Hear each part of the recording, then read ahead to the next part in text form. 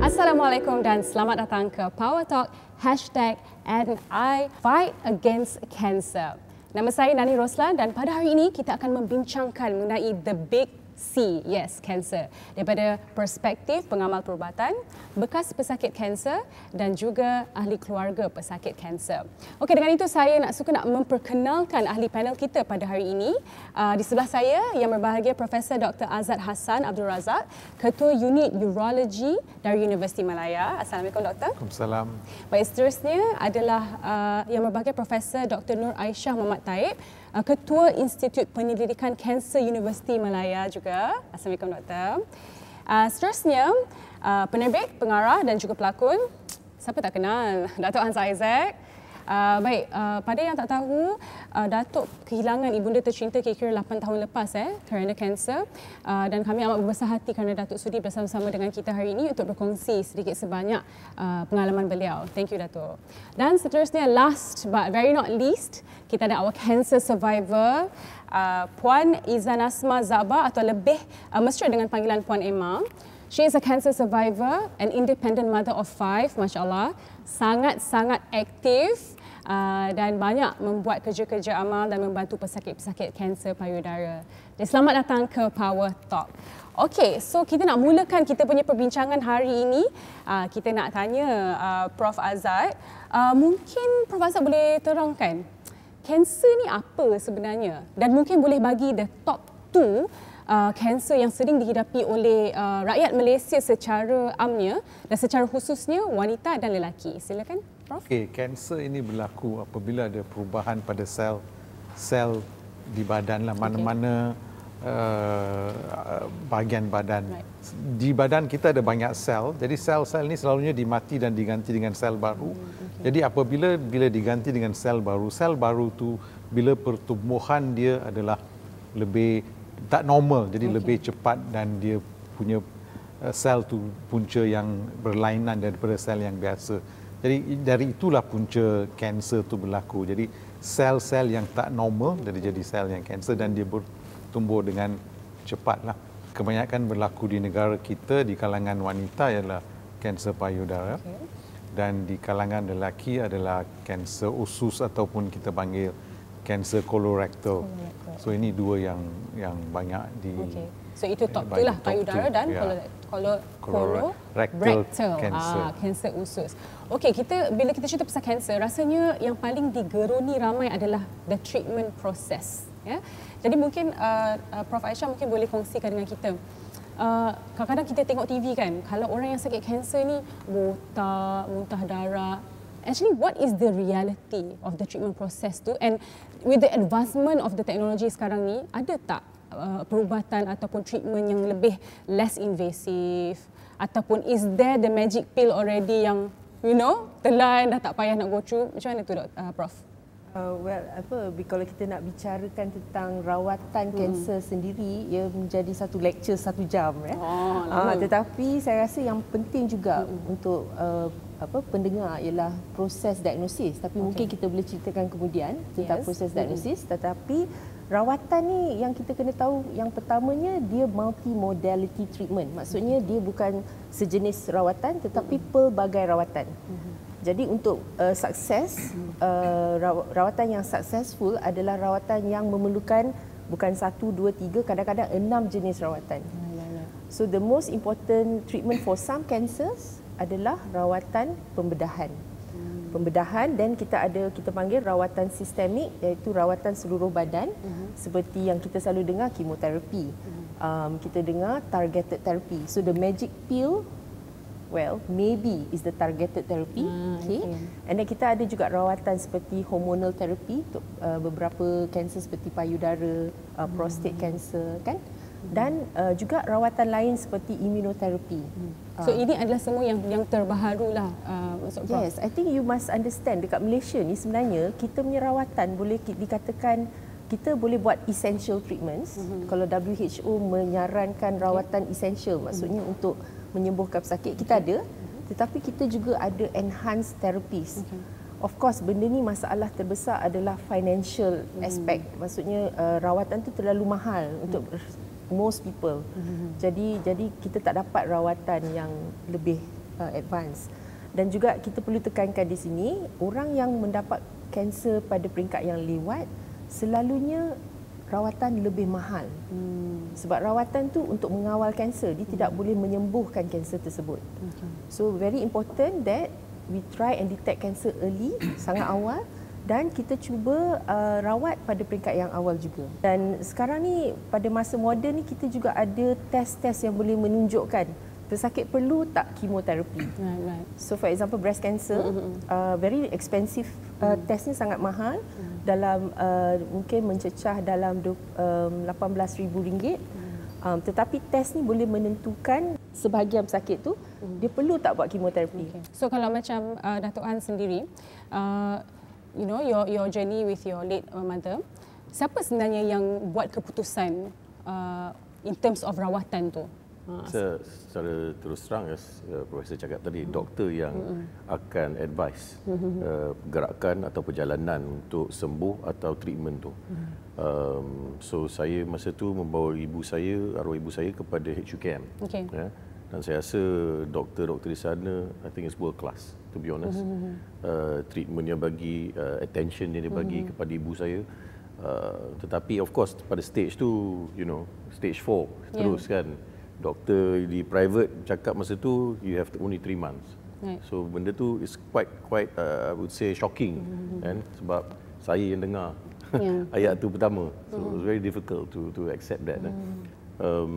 So I think that is the decision of the doctor to decide. Kita jangan selalu dengar orang kiri kanan, sebab ramai orang kat Malaysia ni, kita orang petua ni, orang-orang ni cakap tu, makcik saya dekat kampung cakap tu. Saya rasa the facts are what is scientific, medical, dan kita kena follow benda tu. You can try alternative semua, tetapi you kena decide the alternative first or the mainstream punya treatment first. You know, I mean, you cannot try to do both. Sebab benda tu akan kacau, gangguan. Pada pendapat saya, I'm no doctor and no professor in this field.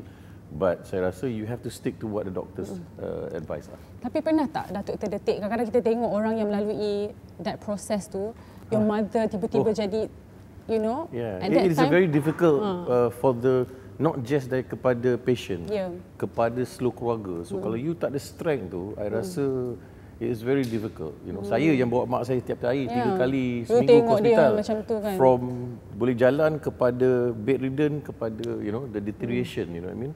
Tetapi mak saya sebab ambil treatment yang berbeza sikit di HUKM, so waktu tu dia testing some new medical punya proses, dan ibu saya qualify kepada proses tu, dia hidup selama setahun.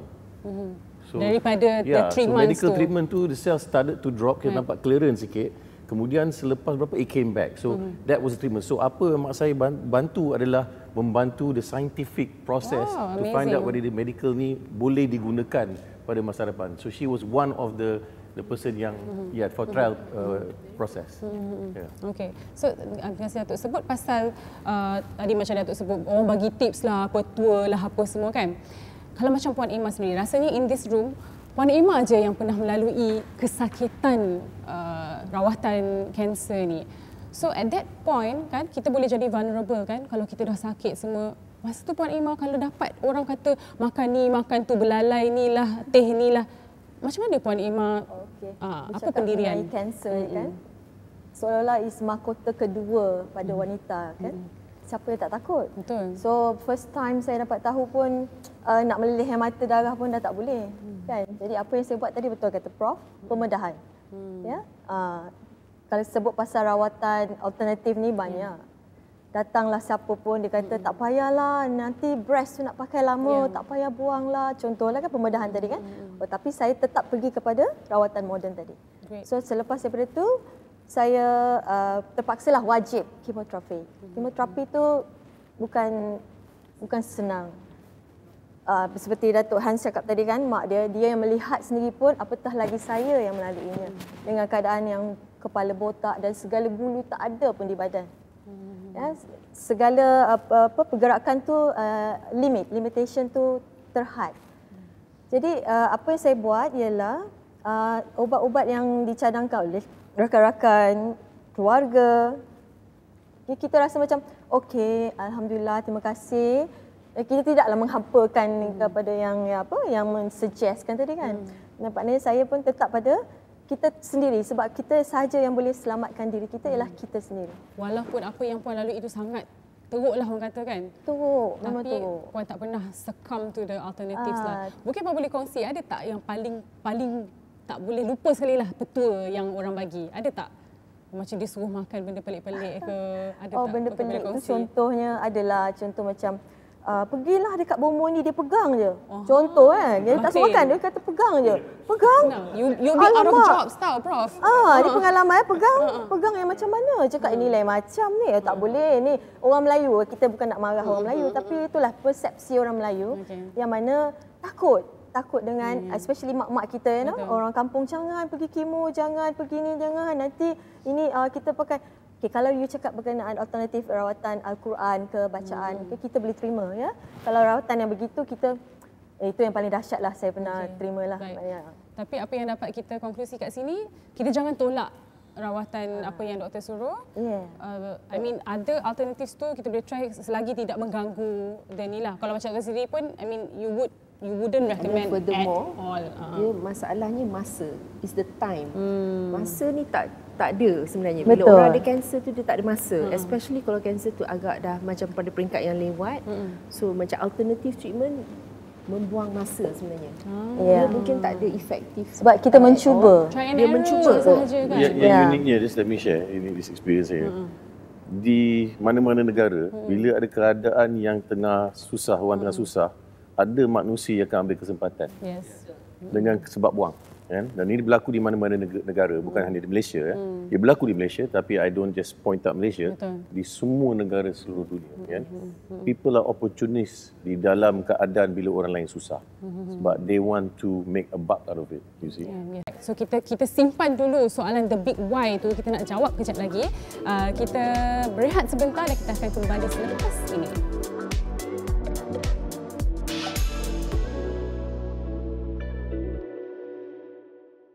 Bismillahirrahmanirrahim. Assalamualaikum warahmatullahi taala wabarakatuh. Tak kala diuji dengan ujian kesihatan seperti kanser, bagaimanakah kita ingin menguatkan semangat untuk teruskan kehidupan kita mengikut perspektif Islam? Tuan-tuan dan puan-puan yang dirahmati Allah Subhanahu wa taala sekalian, jadi bila kita singkapi ataupun kita renungkan kembali falsafah-falsafah perubatan, banyak di antara pakar perubatan menyatakan bahawa tak kala kita menghidapi penyakit, maka perlu kita menjaga kestabilan emosi. Jadi tuan-tuan, walaupun kita melihat daripada perspektif Islam itu sendiri, Islam amat menitik beratkan cara kita mengawal emosi. Jadi tuan-tuan, emosi ini bertindak balas melalui cara kita berfikir. Bila kita berfikir secara positif, maka emosi itu akan jadi lebih stabil dan positif. Di situlah kita perlu lihat bahawa setiap ujian Allah SWT itu seperti penyakit dan sebagainya adalah untuk memberikan muhasabah kepada kita supaya kita sedar bahawa Allah SWT sedang merindui kita.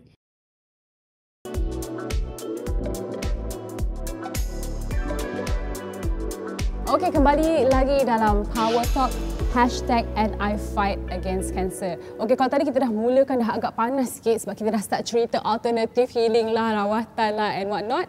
Tapi sekarang ni kita nak teruskan dengan kita nak cerita sekarang ni macam tadi saya tertarik Prof Aisyah kata dekat Malaysia ni late detection ataupun kes kanser dikesan agak lewat tu agak tinggi. I think about 60%, more than half kan? It's about 60%.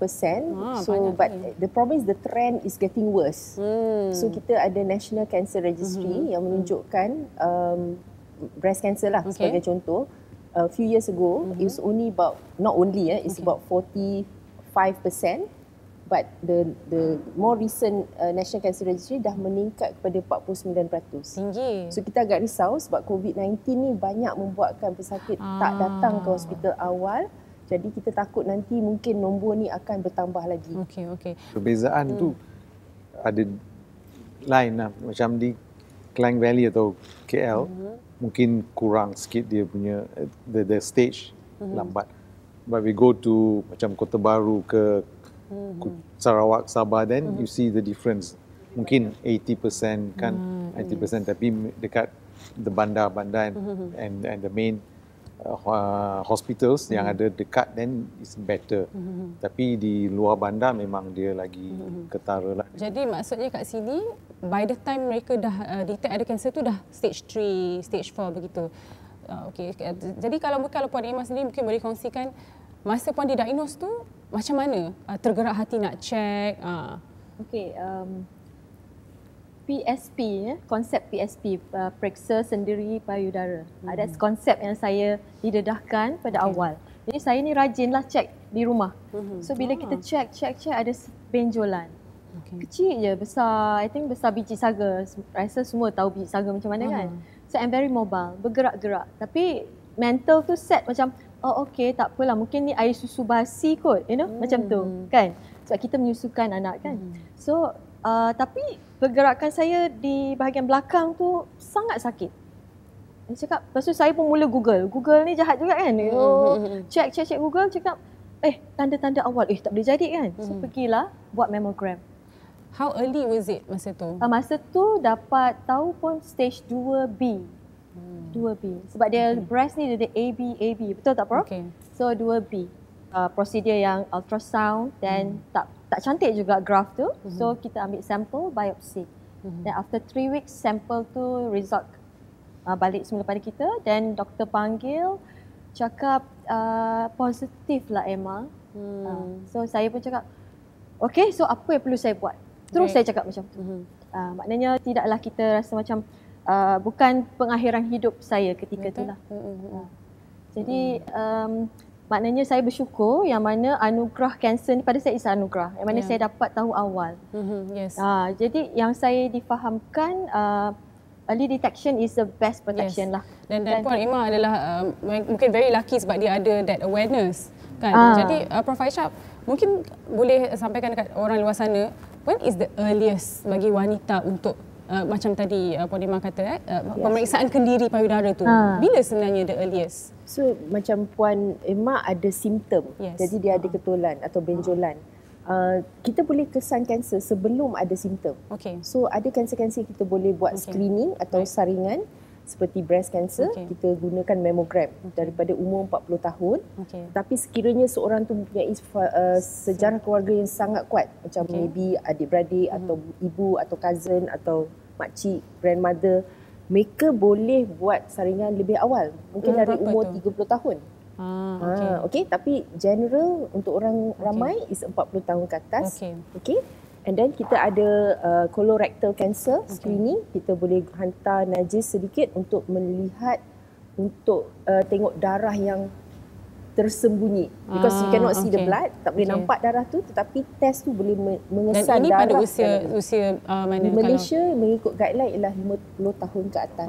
So umur 3 kalau payudara as early as umur 30? Kalau family history ada. Family history and 50. So kita nak cerita tadi pasal pemeriksaan kendiri payudara. Tahukah anda kaum lelaki juga pun perlu cakna dan faham sebab mereka juga berisiko. Tapi ada juga Datuk, do you think that it's not macho lah for you to touch your own? No kan? Tapi tak apa. Sebab kita ada hero remaja yang nak tunjuk kat kita cara-cara pemeriksaan kendiri payudara. Apa kata kita terus saja dengan hero remaja kita nak tunjuk macam mana ni bro?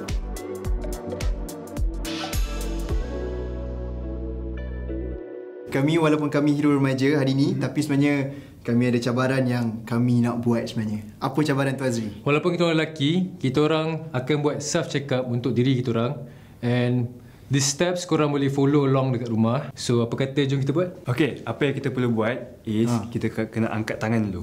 Okay. Angkat macam mana? 90 degrees. 90 lah. 90 degrees. Dulu tangan 90 degrees. Okey, semula angkat tangan. Okey, cuba kita check kita punya dada.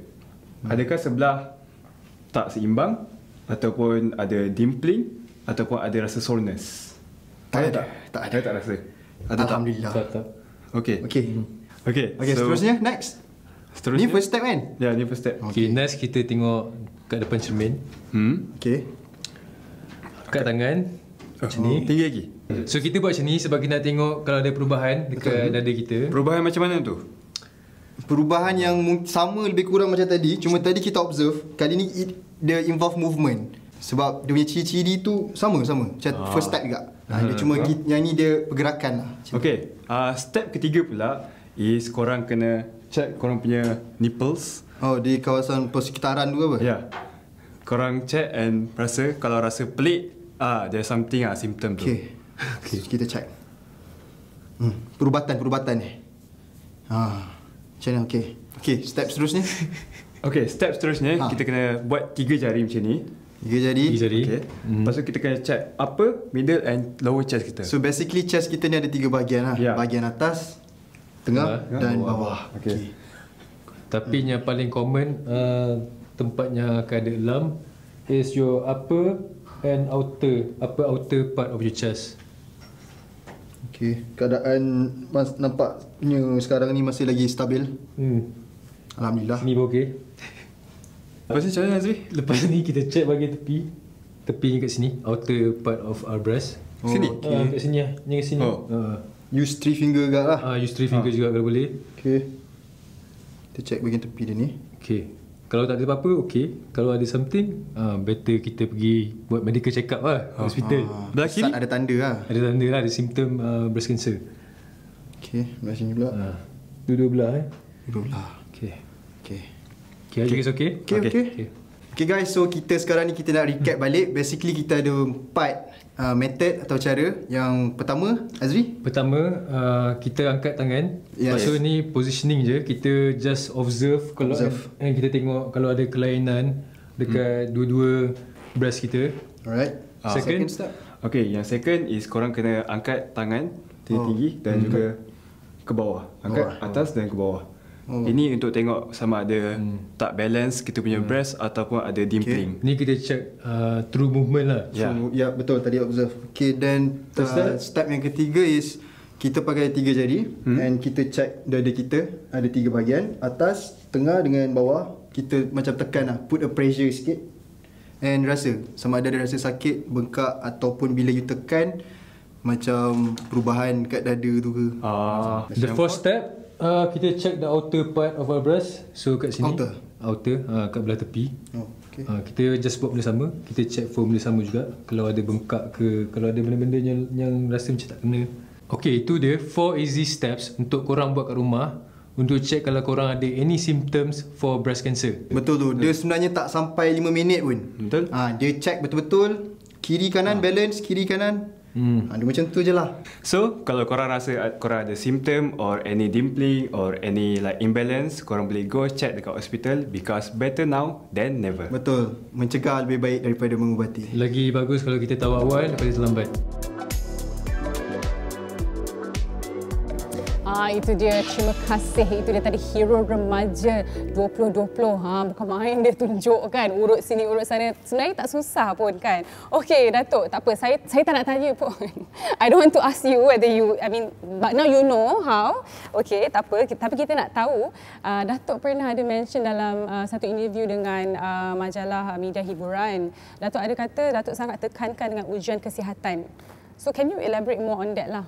Okay, kesihatan tu ada, of course, is cara you makan, cara you bersenam, cara you live your life, kan? That is satu benda yang saya selalu fokus kepada diri saya. Kedua, saya selalu fokus orang isap okok keliling saya ni, saya akan gerak, saya akan pergi ke tepi. Saya takkan bagi orang isap okok keliling saya sebab hidung saya pun sensitif, you see. Tapi that's also kerana health, you see. Ketiga is I think bagi saya setiap bulan 1 setiap tahun saya akan buat full medical. Itu bagi saya is wajib. Saya akan pergi ke, I'm very fortunate sebab I'm in a position to buat that because financially I'm a little bit stable. Tetapi ada orang yang tidak. So bila saya cakap ni tentang setiap kali nak buat medical tu kadang-kadang agak mahal. You see. So I think that I leave it to the government to how they want to manage it semua, but bagi saya, it is satu benda yang harus dibuat oleh setiap lelaki dan wanita, saya rasa. Tapi awareness Datuk ni datang after kejadian... Health daripada dulu saya muda, saya was a sportsman. So daripada dulu, I've always been inclined to sports and health. Tetapi bila ibu saya tiada lagi, saya rasa you know, it is something that I have to jaga, you know what I mean. And kawan-kawan pun kadang-kadang, kawan-kawan saya cakap, bila you batuk, you pergi check lah, you batuk banyak sangat ni. Tapi kadang-kadang dia rasa macam kita annoying kepada dia orang kan. Kau janganlah kacau aku. So you are that friend lah. So I can sometimes have to manage myself nak macam ni pandai sangat lah ini kan. You know, so people get annoyed nanti sebab orang try to ajar dia orang. And sometimes mindset kita, ego kita tak nak dengar orang bila nak tegur, you know. Sebab tegur pun ada cara yang baik untuk tegur. Probably sometimes manusia tegur dengan cara yang kasar. In overriding the person, you see. So kita kena cari cara untuk berbincang atau bergaul dengan kawan-kawan kita untuk sesuatu untuk kebaikan mereka. So you have to understand the individual, how to manage them, you know. How to make them aware of, you know, aware of the importance surroundings, health, around their health semua, you know what I mean. And you know, and cancer is something that you cannot control, including me. Yes. I cannot manage. Saya tak boleh nak manage benda ni. You know? Benda ni kalau terjadi kepada saya ke sesiapa, you have to really take the initiative, you know, and it is a process. And I take my hat off to Puan of what you've done. Cepat you know, je. Ada anak, you know, ibu, you know what I mean. Bagi saya salute kepada individu macam ni. Health education patut start daripada sekolah lah, I think. The school we should teach, ajar murid-murid semua. And I think I'm very glad Dr. Hans mention tentang smoking. I think kalau kita boleh stop smoking, kita boleh kurangkan perbelanjaan terhadap kepada kesihatan a lot, I think. Estimate saya rasa mungkin the minimum 30-40% healthcare cost kita boleh kurangkan kalau we just ban smoking and stop the smoking. Saya tidak faham kenapa drugs is ban dan boleh pergi jail dan semua ni kan, di mana merokok tidak. Dan merokok membunuhkan individu atau manusia. That is a very interesting Saya tak faham. Betul. Kalau saya Perdana Menteri, saya akan ban rokok. Terus terang saya cakap, orang tak suka saya pun tak apa, tapi saya akan ban sebab it will help medical, it will help individuals, a healthier country. This is things that I would say that people around the world should buat. All prime ministers and presidents around the world harus membuat benda tu. Bukan je Malaysia, semua. To save the country money. Yes. Corporate sectors are making money out of this. Correct. You know what I mean? And this is not fair to the human being, the human nature. You see, it's not fair to our world. I feel, you know what I mean? Okay, so that is an amazing point that you pointed out, Datuk. Basically kita nak cakap tentang punca sebenarnya. One of the causes of cancer is basically smoking. So kita nak simpan punca, kita nak berbincang mengenai faktor-faktor kanser tu selepas kita berehat sebentar, dan nanti kita akan kembali dan kita akan membincangkan apa antaranya the big why tadi tu. Kita nak ambil balik the big why tadi tu, dan juga kita nak ambil balik adakah memang smoking tu memang top of the list ke kenapa terjadinya kanser ini. So kita akan kembali lagi selepas ini.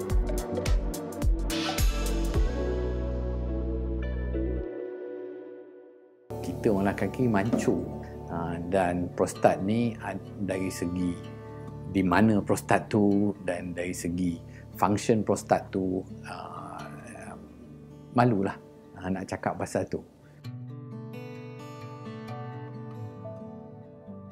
Saya Nazir Razak dan baru-baru ini saya telah pulih daripada penyakit kanser prostat. Saya masa muda memang aktif dari segi sukan. Saya suka main squash. Masa sekolah banyak main rugby di UK masa tu, dan juga bola sepak. Saya juga fan klub Chelsea lah. Setelah 10 tahun di UK, saya pulang ke KL cari kerja. Masa tu di kerja perbankan sangat kompetitif. Saya kena kerja pagi malam lah. Tiap-tiap hari lebih kurang 16 jam kerja di office, 6 atau 7 hari seminggu. Jadi teruk kerja. Sekarang saya fikir balik, bila tak balance macam itulah bolehlah jadi satu faktor kenapa saya dapat penyakit ni. Penyakit kanser prostat ni sangat bahaya sebab kita boleh kena kanser ni tapi tak ada simptom langsung, tak ada gejala langsung yang seperti saya.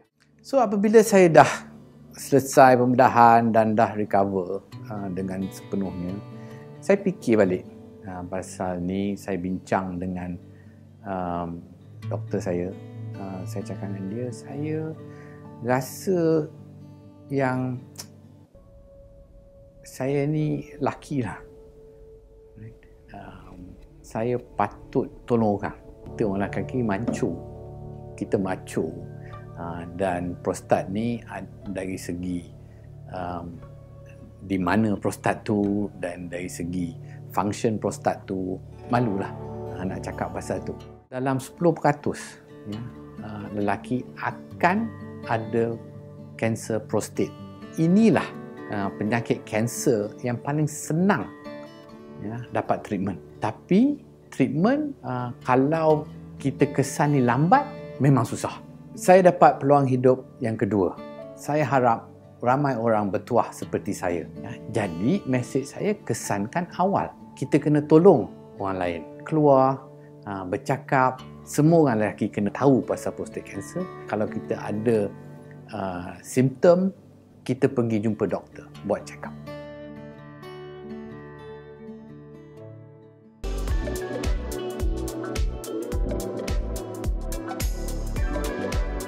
Terima kasih kerana masih lagi setia dengan Power Talk #IFightAgainstCancer. Okey, sebentar tadi kita telah saksikan temu bual eksklusif bersama-sama dengan Datuk Seri Nazir Razak yang begitu terbuka menceritakan pengalaman beliau melawan kanser prostat. Banyak sebenarnya poin-poin yang kita boleh ambil daripada VT tadi, tapi kita nak menjawab tadi soalan yang kita dah bincangkan tadi, the big why tu. So Prof Azad, this is your field kanser prostat ni. Tadi Datuk Seri Nazir ada menyebut dia punya work-life balance tu. Dia kerja 16 jam, 6 to 7 days straight. So mungkin adakah itu salah satu faktor kanser prostat ni menyerang? Ya, ada beberapa faktor lah yang kenapa seseorang tu dapat kanser. Memang ada faktor genetik, faktor environmental, faktor diet, faktor lifestyle ataupun gaya hidup. Jadi semua itu ada contribute, memberi kesan kepada sel-sel di badan kita. So memang stres, yang kita kata stres is salah satu faktor yang boleh memberi kesan yang negatif lah pada badan kita dan memberi kesan pada sel-sel kanser tu untuk tumbuh dengan lebih cepat. Sebab stres ini, badan kita ada immunity sendiri yang kawal daripada sel-sel kanser tu dari tumbuh dengan lebih cepat. Jadi bila kita ada stres dan masalah gaya hidup yang lain yang tak betul, jadi ini memberi peluang bila immunity kita turun, ini memberi peluang kepada sel-sel kanser tu bertumbuh dengan lebih cepat. Jadi dia jadi lebih agresif. Jadi rata-rata pesakit yang jumpa Prof tu kebanyakannya memang macam tu juga ke? Do you see the same trend? Stres, makan, diet, genetik? Tak semestinya lah. Dia ada banyak faktor. Jadi mungkin genetik ataupun mungkin gaya hidup yang lain. Mungkin pemakanan, kita tahu.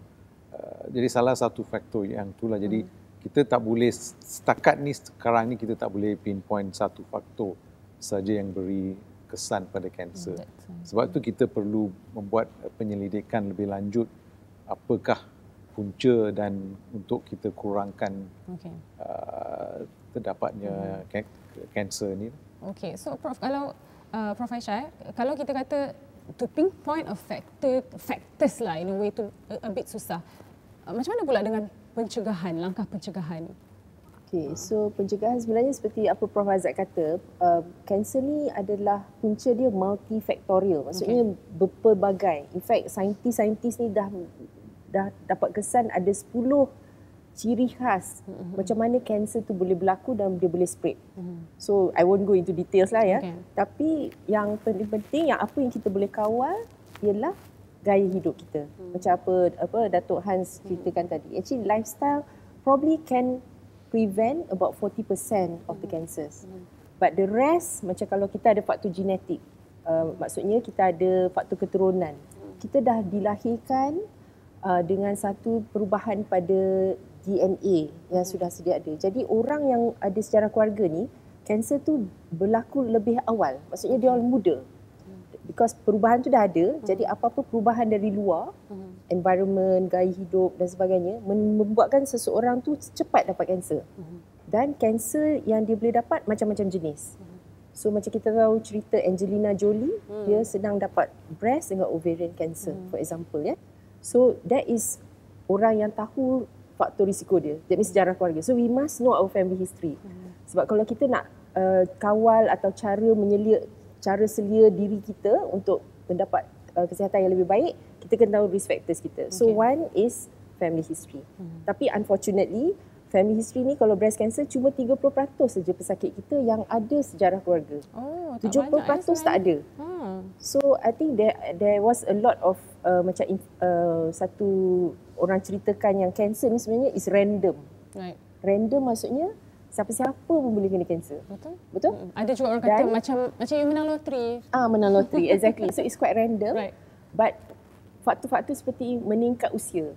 Kita ni kan, as we get older, kita akan mengumpul karat-karat di DNA kita. Okay. So that means ada perubahan di environment ke, kita punya lifestyle mengubahkan kita punya DNA. Okay. Dan pada satu hari, tiba-tiba sel tu tak boleh berfungsi macam normal, dia akan terus grow. Dia akan terus agresif, dia boleh spread dan sebagainya. Okay. So, kalau kita nak tengok apakah cara yang kita boleh kurangkan risiko 40% tu, kita tak boleh get younger kan? Betul. Kita tak boleh makin muda kan? Tapi macam gaya hidup mungkin kita boleh tangani. So, one of the things scientists sedang melihat sekarang adalah apa kita panggil adiposity. Maksudnya, lemak di badan lah. Okay. So, actually it's like you should keep a very good body weight. Okay, I pun macam tak boleh lah cakap banyak, tapi actually apa BMI okay. You should keep it below 27, right. About 27. So this is important if you want to prevent that 40% chance lah. Okay. Most of the time you cannot because it's random, right? Okay. Tetapi cara untuk mengurangkan juga ialah seperti minum air manis. Okay. You know how many percent of our population are diabetics? Tinggi. Terlalu tinggi. Orang yang tak tahu tau. You just check maybe how many of us, 20 or something, you may find 4 people or 5 people with diabetes, right? So we do not, because bila ada banyak pengambilan gula, dia akan meningkatkan kita punya insulin dalam badan. Dan bila insulin kita tinggi, kita senang dapat kanser sebenarnya. Dan adiposity tu adalah disebabkan oleh peningkatan insulin. So betul orang kata gula itu makanan kanser. Gula is not a normal diet for humans, basically. Yeah, I mean if you're not diabetic, you shouldn't take. I have cut my sugar intake. Okay, Puan Rema, saya tertarik. Puan Rema ni sebenarnya sangat aktif. Dia now you are cancer free for how many years dah, Puan Rema? Alhamdulillah 8 tahun. So mungkin apa yang Puan Rema lifestyle Puan Rema yang Puan Rema dah tukar kalau cakap pasal lifestyle ni sampai malam pun tak habis lah ya. Tapi betul kata Prof tadi, genetik. Yes. Yeah, maybe saya carry genetic from my late grandmother. Tapi kita pun tidaklah ambil benda tu sebagai 100% baka keturunan kan. So gaya hidup sihat, ya betul. Kalau wanita ni zaman COVID ni je kita nampak semua keluar cycle, run, boleh nampak kan. Kalau dulu-dulu tak nampak. Tapi saya dah amalkan since day one saya punya chemo, which is saya chemo je kita on steroid banyak. Sampai muka bulat, lemak, itu lemak bertepu-tepu tak tahulah kan. So kita mesti keluar, at least saya berjalan turun tangga ketika tu. Tapi sekarang saya paling tidak pun kita keluar, pergi bukan jalan lagi dah kayuh. My hobby is kayuh basikal. Wow. We kayuh about 60-80 kilo sampai Kuala Selangor, Tanjung Karang, all over lah. Siapa cyclist sini pun tahulah. Mungkin kenal, ada yang kenal saya, mungkin ya. Jadi aktiviti yang sebegitu ialah macam tadi pencegahan gaya hidup sihat. Paling tidak pun 4 jam dalam seminggu lah paling malas. Ya, kalau untuk yang sihat, alhamdulillah ni lah macam saya nak 30 minit belum tentu. 4 jam dalam seminggu pun cukup. Paling cukup lah. Kalau lebih lagi yang parking kereta jauh sikit. Jalan. Peluh. At least peluh tu keluar daripada luar-luar yang rumah kita tu, itu yang negatif. So dia nak balik kan positif ke dalam ruang-ruang badan kita. Jadi itu yang lebih penting. Salah satu petua pun awet muda kan juga kan, banyak berjalan, turun naik tangga. Jadi Puan memang percaya semua your physical activity semua adalah salah satu faktor yang itu satu. Kita ni ada kanser, tinggal jadi tak jadi tu bergantung pada, betul kata Prof tadi, yang pertama kestresan hidup kita. So you yang mencorakkan hidup you, diri you ke mana you nak pergi sebenarnya, ya. Kehidupan you yang macam mana. So you kena macam saya lah. Pada saya kanser ni anugerah. Yang mana saya kenal kehidupan, lebih menghargai hidup tu. Lebih bersyukur. Kalau dulu kan tak nak nilai itulah inilah, ya. Sekarang tak apa pun alhamdulillah, you know. Apa pun sekarang you make yourself happy. Just do whatever makes you happy. Itu yang penting. Masalah, siapa tak ada masalah kan? Ada duit pun masalah, tak ada duit lagi masalah. Betul? Jadi saya berpegang pada yang tadi tu. Kanser bukan penghujung hidup saya lah. Maknanya gaya hidup sihat tu penting, tapi bergantung pada masa jugalah. Some pejuang kanser kan, ada yang dah jaga cucu, ada yang di rumah saja, ada yang kena kerja macam Datuk Nazir tadi cakap apa, berapa jam, 10 jam, 16 jam kan. Itu semua kehidupan yang mana kita kena move on kan. Tapi kita juga diberi pilihan, yang mana pilihan kita ialah di mana kita. Maknanya kita nak yang macam mana? Yang happy tadi ke atau yang ke arah yang lebih murung, sedih? Itu je lah yang sebenarnya choices di tangan kita sendiri. Thank you Puan Ima. So macam Dato' An sendiri, you are very aware of health. Memang is it fair to say that you are a health freak? Okey, dia macam ni di negara Malaysia ni obesity adalah satu benda yang agak tinggi percentage. Kalau kita pergi mana-mana kita lihat sebab makanan kita agak manis, berminyak, you see. So boleh, kalau nak makan tu boleh, tapi ada balance lah. Maksudnya kalau saya makan nasi dengan heavy punya makan tu, saya tahu malam saya akan kurangkan kepada salad atau benda-benda yang ikan, you see. Dan saya makan nasi mungkin 3 kali seminggu saja. So saya manage, saya boleh. Saya boleh keluar kawan-kawan pergi hang out dengan diorang, bergaul dengan diorang, makan, minum apa benda. Tetapi saya tahu bila saya habis tu, esok I have to run 5 kilometers. Saya balance balik. You see? So the best mindset yang saya ada untuk bekerja, untuk bersama kawan saya dan hilang stres adalah sukan. Because kita tak fikir tentang the problems we have in our life. So kita take away those problems dan fokus kepada satu bola yang kecil ataupun basketball ataupun badminton ataupun cycling ataupun anything you decide yang akan bantu your healthy lifestyle. You see? So di Malaysia kita harus tumpu perhatian kepada healthy living, sukan. Di negara lain ramai adalah sport centers ramai for public usage. Di Malaysia kurang. So kita kena ada distrik-distrik atau kawasan-kawasan semua, perumahan harus wajib ada football, padang football atau futsal ataupun basketball ataupun this is the standard SOP yang kena ada. Baru kita dapat gunakan sebab we don't want to have sports yang ada mahal. Nak beli basikal, mahal.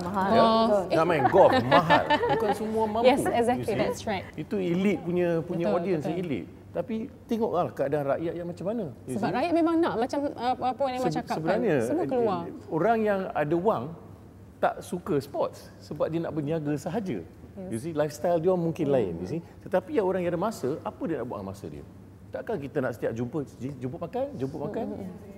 Itulah kita punya culture. Unfortunately. So boleh jemput makan. Tapi maksud lepas tu fikir-fikir, okey ada makan semua ni, mungkin so I nak buat something activity lain dan kurangkan makan tu. Saya dengar satu the former friend dia cakap, kita boleh makan tapi jangan makan sampai kenyang habis. Makan sampai just right and then you better have 4 small meals a day daripada you makan macam ni sekali. Kurangkan sukatan tapi kerap. Ya, kerap. Sukatan kurang kerap. Betul tak Prof? Dulu saya selalu stres. So, saya orang tahu any stress bekerja, my mindset macam ni. Bila saya dengan mak saya lepas tu cakap nothing is more important and is you cannot find you fikir pun benda ni macam yang ni penting. Sebenarnya tak penting. It's just cuma kita decide dalam mindset kita. Semua orang ada responsibility pun. You have your responsibility, all of us, cameraman di belakang sini semua ada responsibility sendiri. Tetapi macam mana kita nak decide how we want to live our life? It's up to you. Right.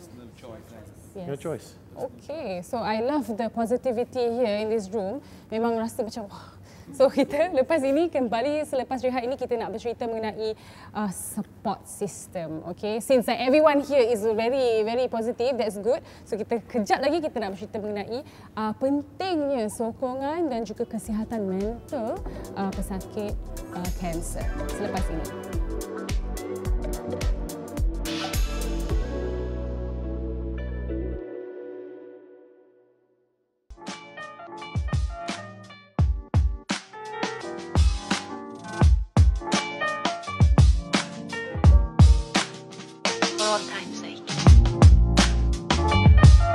Assalamualaikum, saya Dr. Muklis Idris, seorang bekas pesakit kanser. Saya juga bukan artis dan kepada hijabis kat luar sana, kata-kata semangat yang saya nak bagi satu ialah untuk terus hidup, jangan fikirkan orang lain.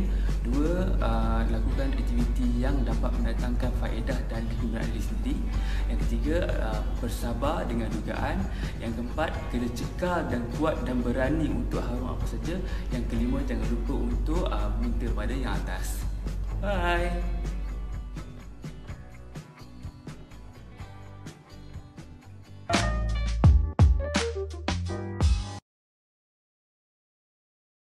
Sebagai doktor pakar dalam pembedahan kanser payudara dan endokrin, jadi kita lihat yang pertama ialah penerimaan mereka apabila telah disahkan oleh pakar-pakar iaitu sakan penyakit kanser payudara. Jadi yang itu pertama. Yang kedua, bila walaupun ada didiagnos ataupun dikesan ada kanser payudara, kalau dari peringkat awal boleh dirawat. Dan kita cuba elakkan iaitu datang ke hospital dan peringkat yang lewat. Berarti mereka mencuba rawatan-rawatan yang lain yang tidak terbukti tetapi memakan masa dan apabila sampai ke hospital dan peringkat yang lewat. Jadi kita lihat memang 60% daripada kanser payudara kita datang ke hospital dan peringkat yang lewat. Jadi lewat ya tahap 3 ataupun tahap 4. Kalau boleh kita nak mengesan kes-kes kanser payudara ni dari peringkat yang awal, iaitu peringkat DCIS ataupun belum jadi kanser lagi ataupun tahap 1. Itu yang sebaik mungkin. Di Kementerian Kesihatan memang kita menggalakkan hidup gaya sihat kan. Jadi kalau boleh kita juga jaga kesihatan kita. Jadi kalau kita tak jaga kesihatan, siapa lagi nak jaga kesihatan kita kan? Jadi cara pemakanan yang sihat, cara exercise, kurangkan garam, kurangkan gula dan juga sentiasa amalkan gaya hidup yang sihat lah. Itu yang saranan Kementerian Kesihatan pada sini.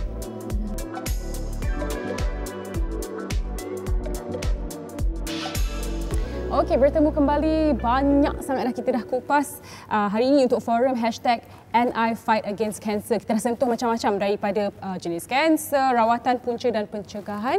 So kita nak lebih kurang wrap this power talk.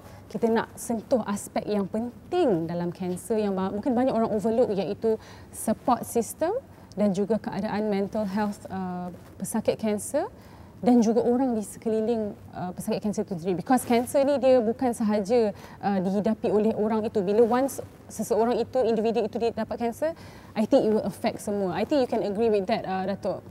Maybe you can share experience, how was it for you? You witness first hand. Benda ni macam first terkejut.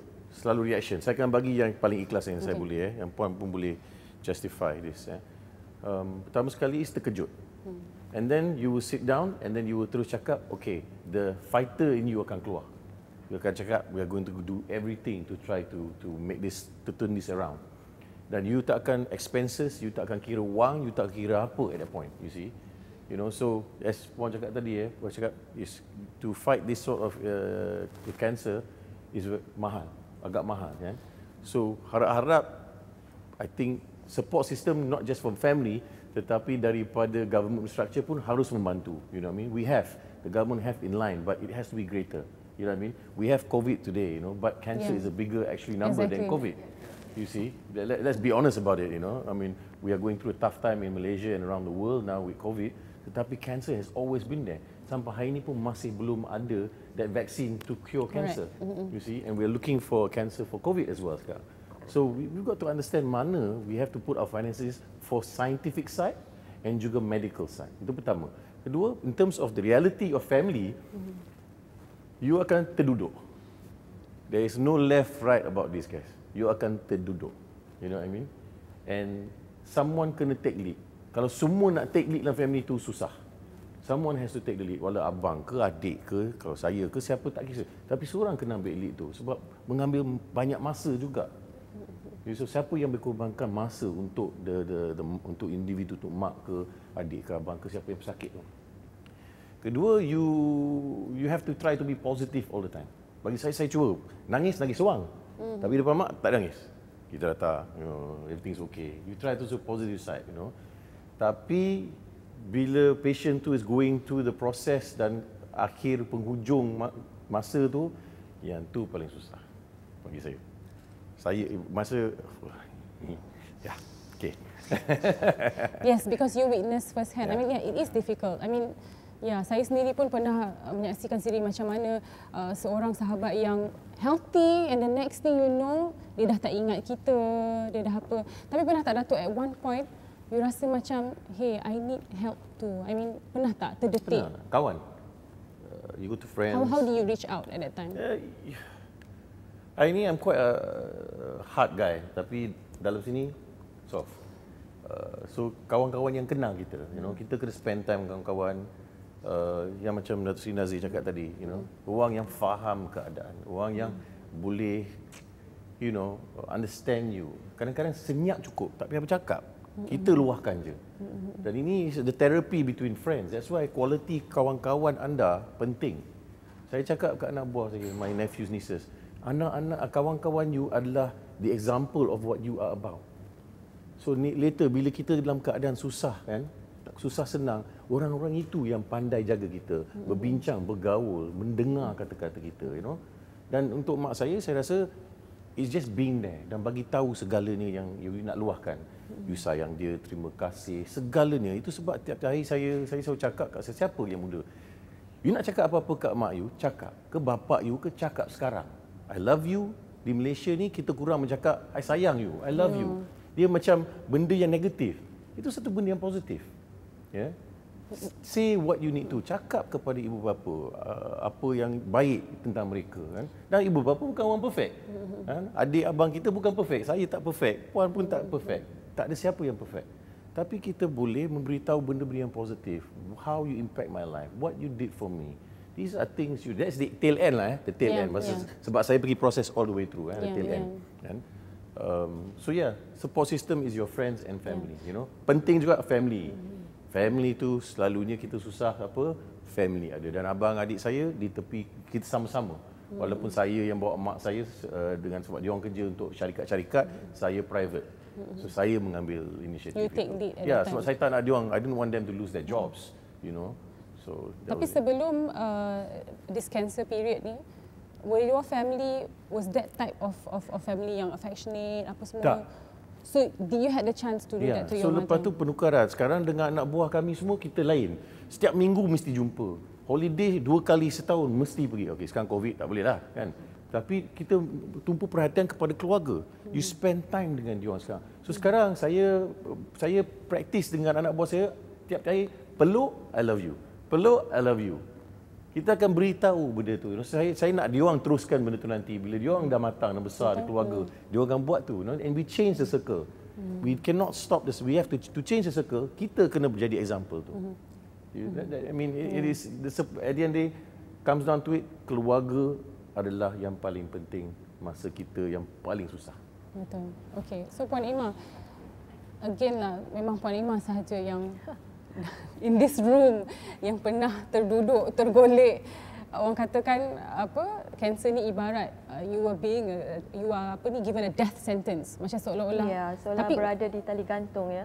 Tapi kalau macam Puan Ima sendiri macam mana? Sebagai saya bercakap mengenai pengalaman sebagai pejuang kanser yang mana Datuk Hans tadi cakap sebagai sokongan family kan. So betul. So dipendekkan daripada Datuk Hans tadi tu emosi. Emosi sebagai pesakit dengan orang yang memberi sokongan adalah berbeza. So orang yang memberi sokongan tu kalau boleh kita tak naklah datang dengan menunjukkan kesedihan, tanya sakit ke tidak, itu tak boleh. Tak boleh. Kalau boleh jangan sekali-kali tanya bab-bab yang treatment atau rawatan, jangan. Kadang-kadang you just have to, sorry Wan, Yeah. you kena buat macam normal. Betul. Macam hari normal je. Dah makan, dah macam ni, apa, you just, itu je, to neutralize benda tu. Tapi it's always a dilemma sebenarnya antara pesakit dan juga sahabat dan juga family. Betul. Sebab kita dua-dua macam, alamak, macam mana kita nak approach pesakit ni? Alamak, macam mana? Macam Dato' Han sendiri, you yang witness, you yang the caregiver pun affected emotionally. What more? So, macam, okay, saya kata as a pejuang kanser, lain dengan perasaan yang Dato' Han ada kan. Jadi bila saya ni, saya lebih menghargai sokongan keluarga dan kawan-kawan pun penting. Maknanya kasih sayang. Maknanya saya as a patient ni pun kasih sayang. Setiap pagi kita bangun, oh masih celik lagi mata kan. Sayang Allah pada kita. Maknanya masa untuk mendekatkan kepada Allah pun ia satu benda yang penting, balik kepada asal. Jadi yang keduanya kita tengok pada anak-anak. Maknanya setiap kali kita bangun pagi sekarang, saya sekarang yang delima terbaru saya ialah saya menjaga ibu saya yang sedang mengharungi kanser payudara stage 3.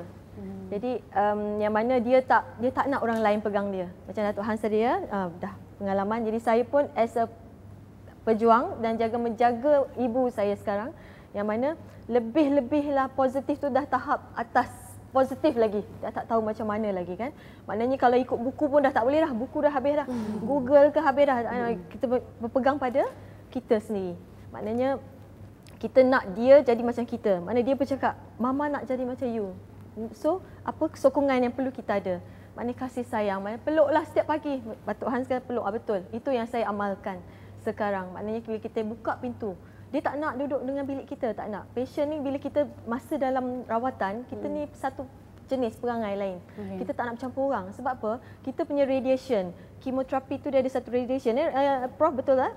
Maknanya toilet kita nak sharing pun certain treatment. Maknanya kuat dia punya radiation kita. Maknanya contoh macam tu ya. Jadi maknanya dia tak naklah kena kat cucu dia ke pada dia lah kan. Tapi tak apa. Maknanya dia mengasingkan diri dia untuk lebih dia ke arah yang positif. Maknanya dia sokongan yang saya bagi tu apa yang saya lalui dulu. Maknanya terus saya pass lah. Maknanya kasih sayang, emosi pesakit penting. Melaluinya tu bercakap mudah ya, bercakap mudah. Orang datang tengok, bagi buah, bagi apa, itu satu amalan ziarah lah kan. Itu kita tak boleh cakap, kita tak boleh ambil. Kita tak nak ada pelawat, tak ada. Tapi kita hadkan pelawat tu. Sebab tak nak overwhelming kan. Tapi mungkin Puan Aimah boleh kongsikan untuk pedoman buat orang di luar sana, apakah the basic do's and don'ts? Apa yang pesakit kanser tak nak dengar daripada orang yang datang melawat? Apakah ayat-ayat yang macam orang kata tabu lah? Ayat-ayat yang paling membunuh ialah, ni stage berapa ni? Macam benda tu boleh naik turun, naik lift lah. Tak pun. Kat Malaysia ni kita selalu macam tu. Kalau orang gemuk, gemuk sekarang. Nampak contoh tua sekarang. kan, Macam belan je benda tu kan. Macam, kau ni. I pernah banyak kali saya jawab balik kat orang tu. Bukan saya, dia tegur kawan saya tepi saya. Gemuk sekarang. Saya cakap, dia cakap kat muka you macam ni. I tak cakap apa-apa pasal you. Kenapa you cakap kat orang macam ni? Sebab dia tak nak cakap apa, saya tolong marah kat orang tu. Adakah kita dibangunkan atau develop macam tu kan? Di mana kita belajar untuk komen benda-benda yang negatif atau belan kepada seorang. You see? Tua age is not an issue. Age semua orang akan mengalami kan. Kalau kita obese sikit ke apa, kita jangan tegur, kau sekarang macam ni. There's another way to do it, duduk one on one, jangan depan orang. Gitu, I just nak share. Kawan, I care for you. Jom kita pergi jogging sama-sama. Kita bersenam sama. You ambil inisiatif dengan kerja dengan orang tu untuk bagi dia hidup yang lebih aktif, you see, healthy. Jangan you suruh dia buat, lepas tu you duduk rumah. Sekali lah kita buat sama-sama. Itu baru kawan. Itu support, dia buat support system. Right. I think another bad support is mungkin kita punya coping mechanism juga kita as Malaysian kan. Alah tak ada apalah, Allah uji tu.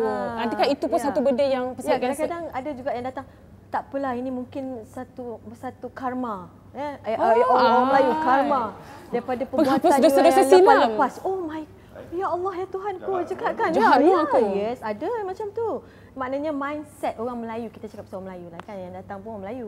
So mindset orang Melayu ni banyak kepada menjatuhkan kita punya mentality kita negatif, lebih kepada negatif. Rasa kanser masih satu stigma. Stage. Mana pendedahan pada kanser, maklumat tentang kanser tu macam mana, rawatan macam mana tidak ada pada rakyat Malaysia ni. Adalah sebahagiannya, bukan semua. Saya nak tanya satu soalan sebab bukan saya nak jadi host ke apa, tapi saya soalan.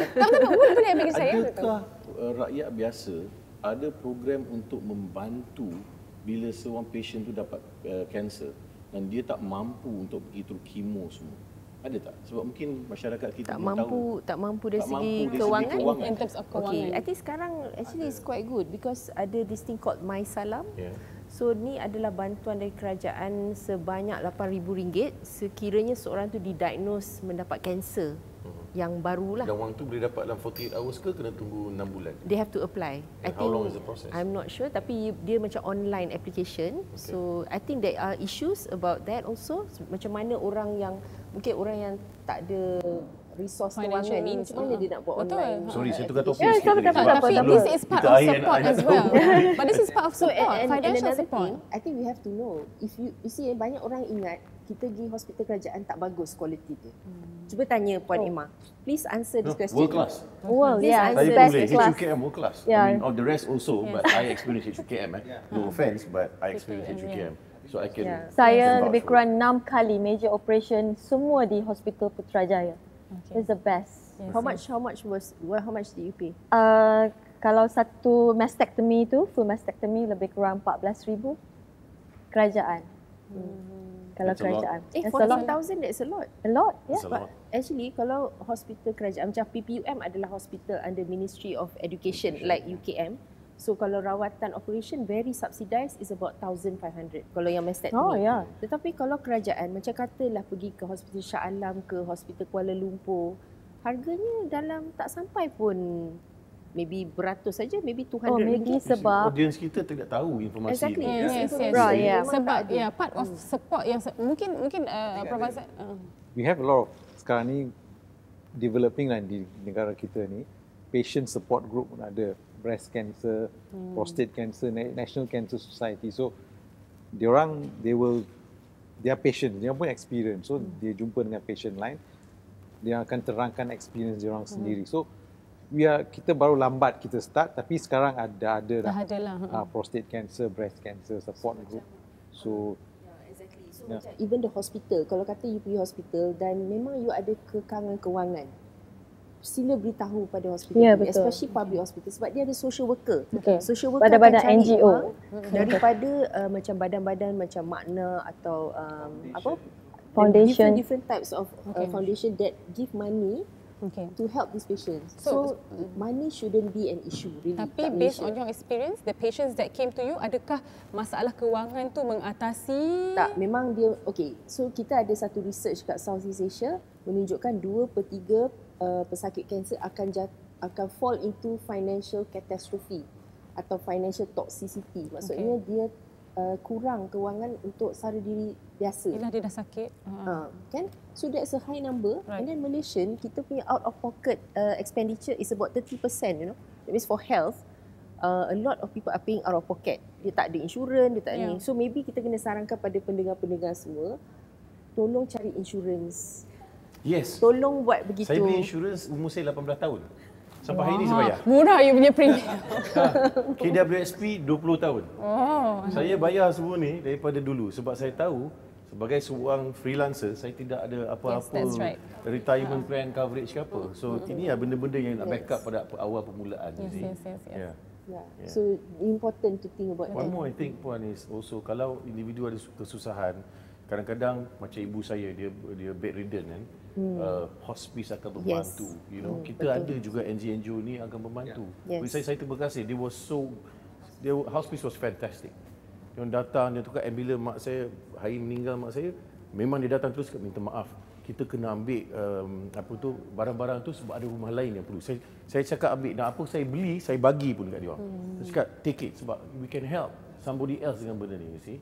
So this is where the corporate sectors have to come and support these real NGOs. NGO ni banyak sangat kat Malaysia, ada person yang buat duit juga. Betul-betul. So orang di luar sana kena tahu ada resources macam ni. Hospice Malaysia for example, bercakaplah dengan cikgu pula. Bercakap dengan doktor anda sebab sekiranya macam what you went through, if the doctor knows, he can refer to Hospice Malaysia. So the access is through the doctors. So you should talk to your doctors. Always be friends with your doctors. Yes. Great. So apa kita dapat konklusikan kat sini, support tu penting bukan sahaja dia, itu dari segi kewangan tu pun adalah salah satu yang sangat-sangat penting. Dan sebenarnya di Malaysia ini, contrary to popular belief, we have support. Ada. Yes. So we need but of course we need more. It needs more and it needs to be tightened up. It's the process, the documentation process semua has to be tightened up. If a patient is affected, dia perlu benda tu dengan secepat. You cannot waste time. Time is your life at that point. So the problem is there is not enough doctors in the public sector, because the public sector ni sebenarnya kita punya safety net untuk orang yang tak ada kemampuan. Dia pergi hospital kerajaan can be very cheap. In fact, can be free sometimes. But you don't have enough specialists. Itulah masalah dia. That is the problem. So there are a lot of issues. So to the parents, educate your kids to become doctors. Yes. And people can help other people. Yes. No, I'm very serious. We need changes in the health system. Not everybody to be online business, SMEs ke apa, nak jual barang online je sekarang. The youth develop to be also doctors and so on, nurses and all these people. We are required. Lagi dalam musim kita actually, sekarang macam doktor ramai tapi di private sector. Yes, that is the problem. Nampaknya memang kita dah cover segalanya. A lot of things under this very restricted time. Nampaknya itu sahajalah masa yang kita ada, unfortunately. Tapi saya rasa it's a very fruitful discussion. Setiap blog kita rasa kita dapat kupas benda baru, isu baru, dan diharapkan agar penonton di luar sana boleh memanfaatkan pelbagai info-info yang ada dalam Power Talk ini. So, dengan itu, nampaknya kita akan mengakhiri Power Talk #AndIFightAgainstCancer. Again, sebagai penutupnya, prevention is always better than cure. Early detection adalah penting. Dan saya rasa get insurance. Apa yang penting? Yes, get insurance, kata Prof. Aisyah. Lifestyle. Tapi apa pun yang penting rasanya saya kira always sentiasa menimba ilmu, get yourself educated, ambil tahu dan cakna mengenai kanser, kerana itulah yang akan membantu kita di kemudian hari. Okey, terima kasih banyak-banyak kepada semua ahli panel kita pada hari ini, dan terima kasih juga kerana setia bersama dengan kami, dan kita akhiri Power Talk kita. Saya Nani Roslan, terima kasih untuk menonton dan jumpa lagi insya-Allah. Bye. Assalamualaikum.